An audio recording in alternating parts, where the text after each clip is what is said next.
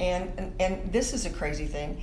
Even in one of the films that they have about the history is that if a flight attendant became pregnant, she had to give the baby up for adoption or get an illegal abortion. Are you kidding Insane. me? To have that as a policy is nuts today. Yeah. But some people were like, oh, Yeah, the mores and the values back then certainly went through an upheaval in the 1960s. That's what changed a lot of it, I think, too.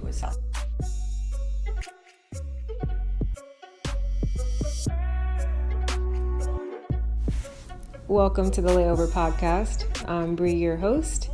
And today we have Francie with us. Hi, Francie. Hello. So Francie is currently a flight attendant. She's been an instructor. She's also been union president. And today we're going to talk a little bit about history. So get your notebooks ready. I'm ready. Yeah. So let's just start with the history in general. Why do you think it's important for flight attendants to have a sense of the history? I think it is important because a flight attendant can understand how the job evolved from being basically a glorified waitress in the sky, which is what it was all about in the beginning. It was all about your looks and your poise, and essentially at that time the training had all to do about how to light a passenger cigarette, how to serve them meals in the sky, what wine glass went with what. So it's like a finishing school. And of course, through the history of aviation, we've come to understand that safety is number one important factor in this, and that the job has evolved in us being aviation safety specialists and first responders. Yeah. I was mentioning to you before that I had read that book, The Stewardess Rebellion. Yes. And I didn't have any idea the extent of the changes. It is jaw-dropping. What folks, the things that the barriers that were put in place, and the things that we've overcome, and especially you mentioned being in the union, that has a lot to do with it. The evolution of the Association of Flight Attendant Union and how they fought for and won the rights of all of us to be here. Yeah, there were literal court cases. United Airlines versus so-and-so, yes. Piedmont versus this. Yeah. And plus, the Civil Rights Act in the 1960s. That's right. Also opened up doors, to a lot of folks. And we do a little exercise when we do our union training, and it's about, everybody has to stand up, and then as we make a comment, you have to sit down if it pertains to you. So then the first one is, are you married? Do you have children? Are you over 115 pounds? Are you taller than 5'4"? And are you a registered nurse? The original flight attendants were registered nurses. Had to be. So it's just, there were no rights. Flight attendants had no rights, scheduling rights. The hours that they had to work. So it's just come an incredible far distance. Mm-hmm. And so I think it's important for a person that's looking into that to see the history of the flight attendant and where we are now and why we are where we are now. That's right. Why do you think we've been able to see the changes in the role? What do you think is up with that? It definitely has to do with all this of safety. It's 100% safety. The changes in up until, if you think about it and you do research on it, it was 1998 when it was first put in place that you couldn't smoke on a domestic flight under 2 hours, and then it evolved to in 2000. That's not been that long ago. Wow, not at all. Yes, and it's not only that, but you're looking at it from a health standard for all of us that were subjected to secondhand smoke, as well as a fire hazard. Yeah. So that's it's changed a lot. Yeah. So these ideas of safety have changed how the role is. Yes. Yeah, that's every safety standard that we have in place, tragically, has come from an incident or a crash where someone's lost their life. So just like, why do we have passengers during taxi, takeoff, and landing? Why do the tray tables have to be stowed? Why do the seat backs have to be in full upright position? Well, it's because someone's exit path was blocked and could not get out of the aircraft. And as well as I, we are taught we have to evacuate a plane in 90 seconds. A plane will totally be engulfed in flames in 90 seconds. So and just like backpacks, why do we make you stuff those up out of the seat in front of you? Because we don't want your feet getting tangled. We're not being mean. This is for your safety, and I think passengers really need to understand that's what we're there for. And also that these lessons were found out the hard way. People, it's sad. The one that strikes me the most, and I never thought about it, is as a flight attendant, when a parent brings a car seat on the plane, why do we have to check for that label that says that it's approved to fly in the air? Because a child has been hurt or killed in a plane crash. Every crash, every incident that's been investigated, there has been a safety standard that has put in place. And if you look in our flight attendant manual, all of those, they just don't throw them in there just because they popped out of their head. Yeah. All of these things, and it's sad, when you think about it, but that's the evolution of the airline business, and it's 100% safety. That's our job. Yeah, so many changes have been made. So I think flight attendants started around the 40s with late 30s and early 40s. Yes, yeah. Late 30s and early 40s. The late 30s is when those original standards were put in place. And then after, when World War II happened, of course, a lot of those registered nurses were called into service, so they had to relax some of those standards. So they did relax them a little bit in order to get more people to be able to for sure to provide the service. Yeah, no nurses, so you're like, okay, well, you don't have to be a nurse, but you still have to be 115 pounds. That's right. That's right. So so it's all about being a safety professional now, and that's what they're looking for. I think when they interview, they want someone that's got a good head on their shoulders that understands that. Yeah. So our training in ground school for ours was 4 weeks, and maybe an hour to an hour and a half was over how to serve Cokes and cookies and pretzels. Yeah. Everything in ground school is geared towards safety. Yeah. Learning the aircraft, learning the safety equipment on the aircraft, how to use it, where it is. We learn our evacuation drills. We learn how to fight a fire on an aircraft, how to perform CPR and use the AED. Yeah. So that's what it's all about. Yeah, and in that book I was reading, one of the flight attendants was talking about how when she went to her flight attendant school, there was a whole etiquette that she had to learn. They taught you how to put on your makeup, how to do your hair, how you serve, how you hold the tray, how to even walk gracefully, like all these things that now in training we spent barely any time None on. of that. Yeah, no, it's not. So it's a about different that ball anymore. game. Yeah, it's different. It's totally different. Yeah, and people I think are like, even the transition from stewardess to flight attendant, I think happened in the 70s. Yes. And so sometimes when I'm on the plane, they're like, I remember it used to be very glamorous and all this, and I wouldn't have ever been able to fly because I wasn't tall enough or skinny enough or short enough or whatever. Yes. But it's not about that anymore. Not at all. Not at all. Yeah. I think when recruiters and talent acquisition people are out there looking for flight attendants, that's what they're looking for. They're looking for people that it is important. It is important. You do have to remember that we do have to provide excellent customer service. Yeah. Because that's part of the flying too. And certainly we have to be gracious and go about our job that way. But our number one priority on the aircraft is safety. Yeah. I think that shows you how big of a priority safety became over the years. That this thing that was huge, appearance and how you interact with customers, kind of took a little bit of the background. Even though it is also still so important. It did. The 1970s and early 1980s was a very tragic time. There was a huge amount of air crashes, and that's where a lot of our standards came from. And certainly the events of 9/11. That changed the whole face of everything. TSA, Homeland Security, and just the safety things that have been put in place. So. My mom was telling me she used to, I think she was dropping someone off at the airport. You used to be able to walk past the gate, walk the person upstairs, all that. After 9/11, even going through security, that whole process was totally different. Totally different, yes. Yeah. Oh, absolutely. Yeah, we could meet our family and friends at the gate. You just walked around the airport like it was a public place. Yeah. It was a public place to be. Yeah. Do you think? Safety, of course, is going to be important because that's tied to people's lives.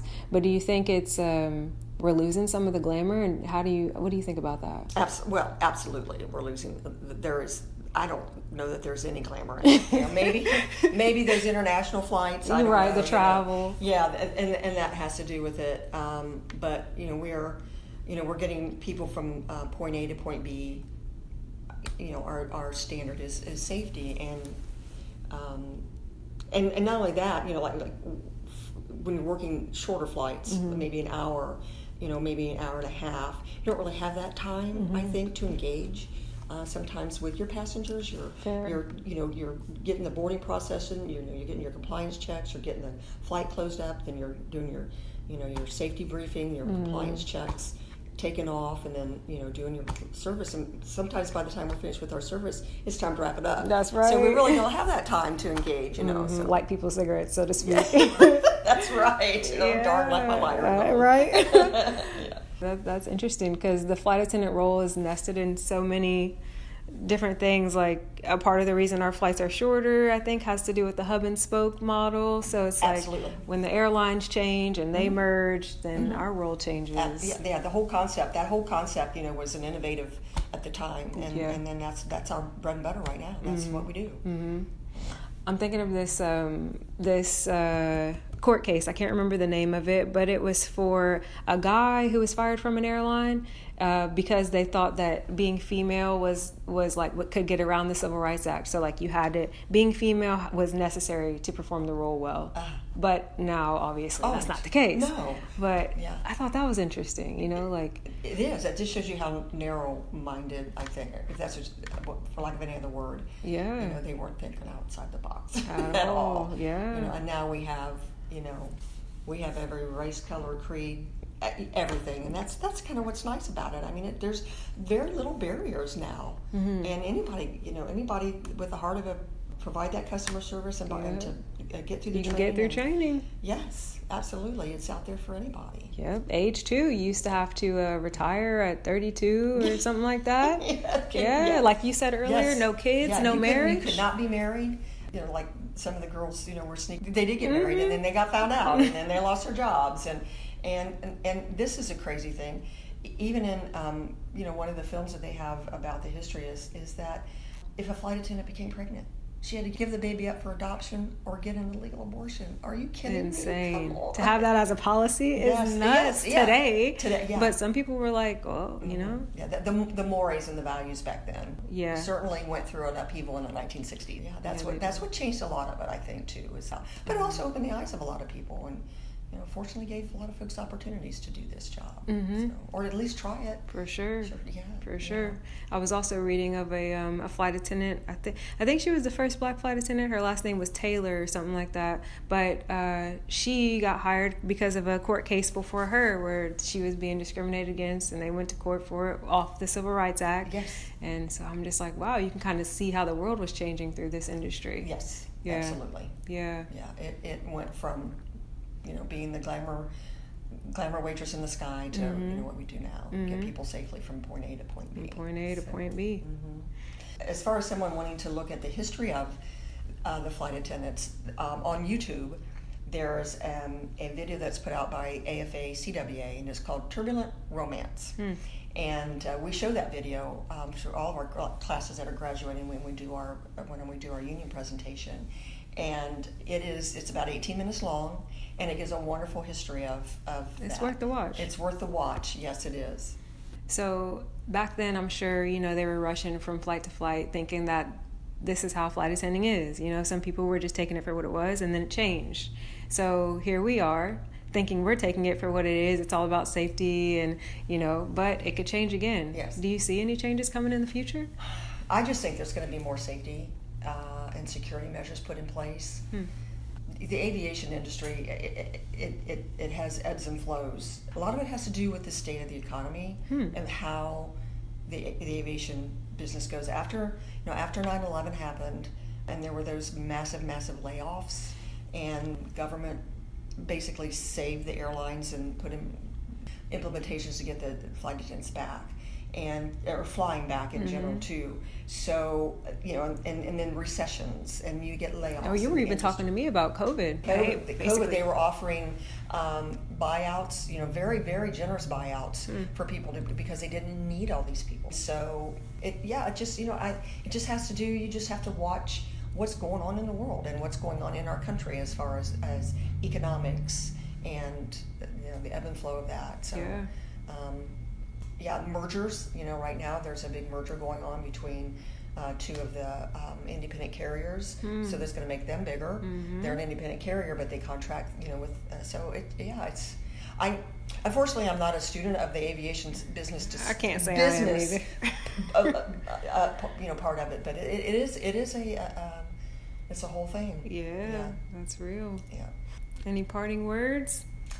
I just say, if you think this is something that you go for it, just go for it. Nothing ventured, nothing gained. That's right. If you don't try, you'll never know. Mm-hmm. That was what I had wanted to do. When I came into this business a lot older, and I had another job, and it's something that I wanted to do since I was in high school, and the opportunity came about because my airline was growing tremendously at that time. And I told my husband, I said, I want to do it. If I don't, I'll never know. And if it doesn't work, I'll just go back to doing what I was doing before. Right. And here I am later. So, so. Why do you think it didn't discourage you that you were a little older? I hear people sometimes say, "Oh, it's it's too late."